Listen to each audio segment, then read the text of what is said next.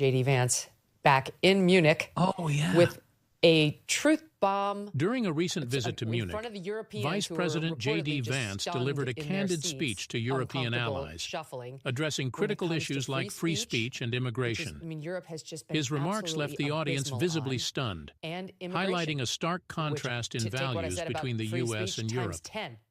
Vance emphasized the importance of defending not just against external threats, but also for a positive vision that unites the security compact.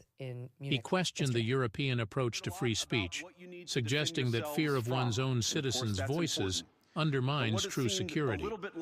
This segment of his speech underscores the need for Europe to reassess its internal policies and the implications these have on its relationship with the United States. Vance's critique extended to Europe's regulatory environment, particularly in the context of climate change policies.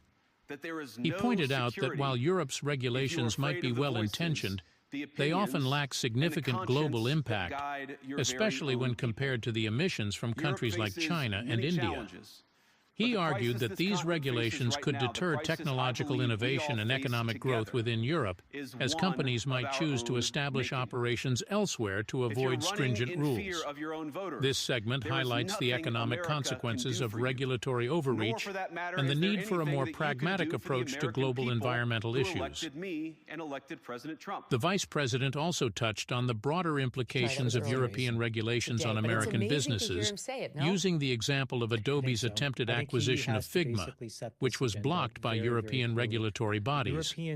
Vance suggested that such actions could lead to American companies withdrawing from European markets, potentially harming the European economy.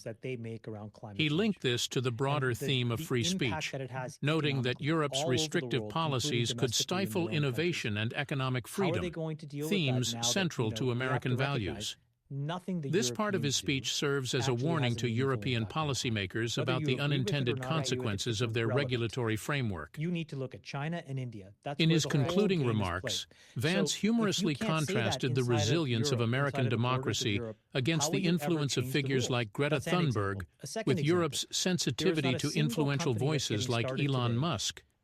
He stressed that democracy cannot thrive if the voices of millions of voters are deemed invalid or unworthy of consideration.